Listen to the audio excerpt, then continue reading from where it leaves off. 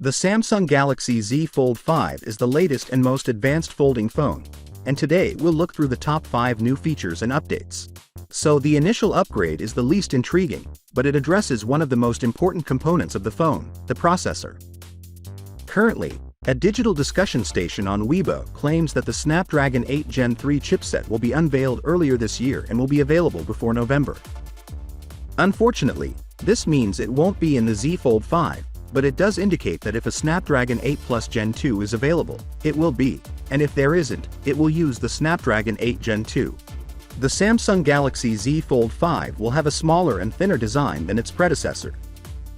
We had a lot of contradicting claims a few months back, with some stating the Z Fold 5 would be bigger and thicker, while some stated it would be smaller and thinner, but now we have proof according to a Korean media outlet. Samsung have indicated numerous times in the past that their objective is to boost foldable market share by solely focused on mobility, and the Korean media confirms that that is still the case. Sadly, this implies that the Z Fold 5 will not have a S Pen slot. According to the source, Samsung had intentions to embed an inside S Pen within the Fold, but these ideas were eventually cancelled due to a lack of internal room without expanding the dimensions.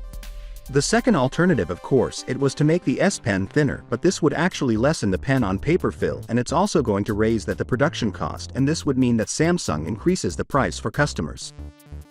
As a result, the Z Fold 5 won't have a S Pen, despite being smaller and thinner. The second upgrade concerns the cameras, and we're finally seeing a much-needed upgrade to the Z Fold 5's camera system.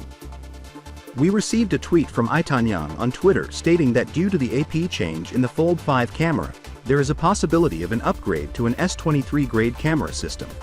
With minor design changes, this allows Samsung to concentrate on other areas like hardware and user experience, and I believe that an upgraded camera system is what we all desire.